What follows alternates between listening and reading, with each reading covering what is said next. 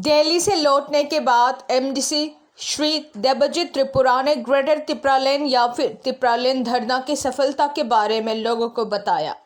उन्होंने बताया कि धरना के दौरान कई एमपीओ ने तिपरा दल के चेयरमैन शाही बंसज यानी बुबाग्रा प्रदीप को कॉल करके उनके समर्थन व्यक्त किए हैं। हम लोग अगरतला रेल स्टेशन में आके पूछा है, हमारा जो मूवमेंट था ग्रेटर तिपरालेन का दिल्ली का सिटिंग डेमोन्स्ट्रेशन, वो हम लोग सफलता हुआ है।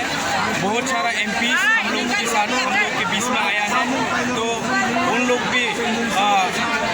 का भी मांग यही किया कि ग्रेटर तिपरालेन तिपरासा के लिए चाहिए।